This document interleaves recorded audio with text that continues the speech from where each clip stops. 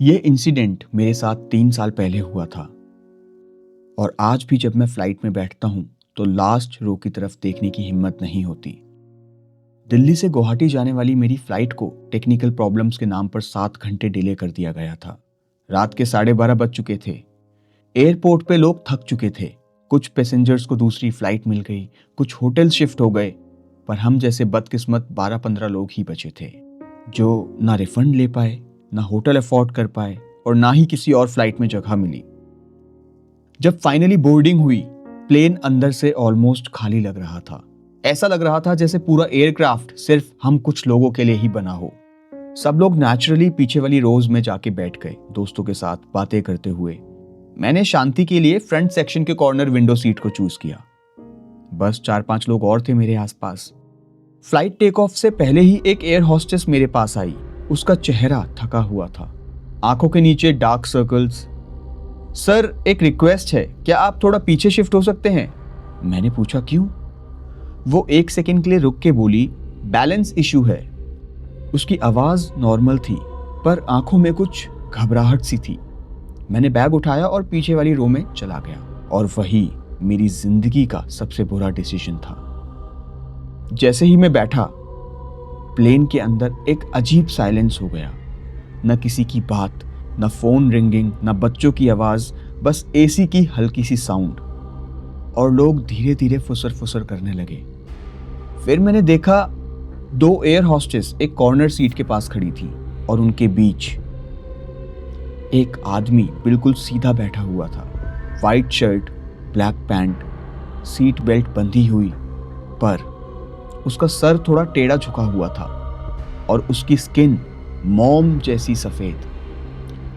पहले मुझे लगा कोई सो रहा होगा, पर मैंने देखा उसकी आंखें खुली हुई थी बिना ब्लिंक किए और चेस्ट बिल्कुल मूव नहीं कर रही थी। एक एयर होस्टेस ने धीरे से उसके पास जाकर उसे बोला, सर सर। कोई रिस्पॉन्स नहीं। फिर उन्होंने उसकी रिस्ट पे उंगली रख के पल्स चेक करी और आंखें फैल गई। उस आदमी की डेथ हो चुकी थी, प्लेन के बीच में, रात के अंधेरे में, मिड एयर से पहले ही। कैप्टन को इन्फॉर्म किया गया, पर फ्लाइट ऑलरेडी रनवे के लाइन में थी। इमरजेंसी लैंडिंग का मतलब था फिर 10 घंटे डिले और ऊपर से मौसम खराब था। कैप्टन ने अनाउंसमेंट की, पैसेंजर को मेडिकल इशू है, हम डेस्टिनेशन पर ही लैंडिंग करेंगे।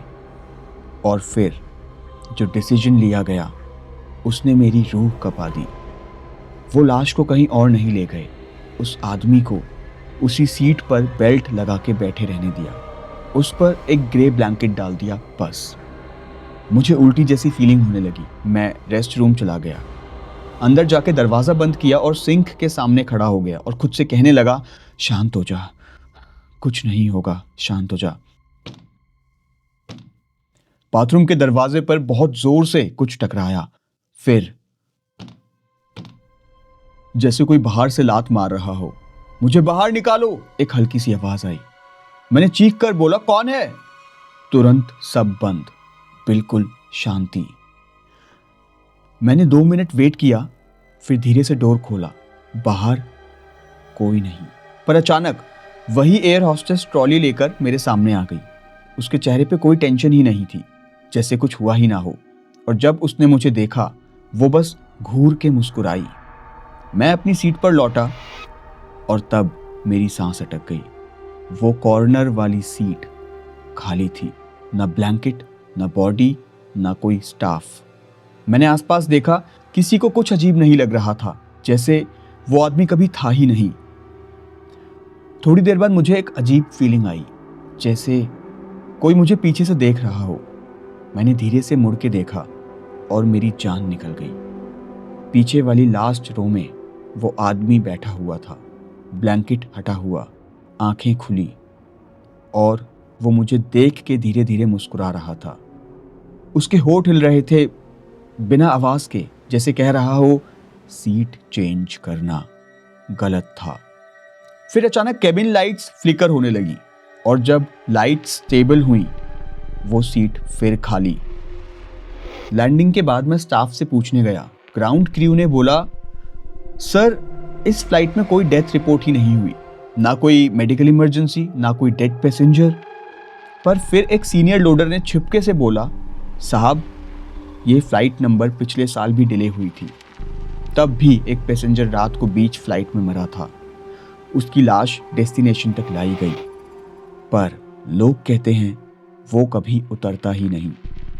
आज भी जब मैं फ्लाइट में बैठता हूँ और केबिन लाइट्स डिम होती हैं, तो मुझे हमेशा लास्ट रो से एक आवाज़ सुनाई देती है, सीट चेंज मत करो, यहाँ जगह खाली नहीं होती। ऐसी और हॉरर स्टोरी सुनने के लिए सब्सक्राइब करिए Scary Worlds The Dark Reel and press the bell icon.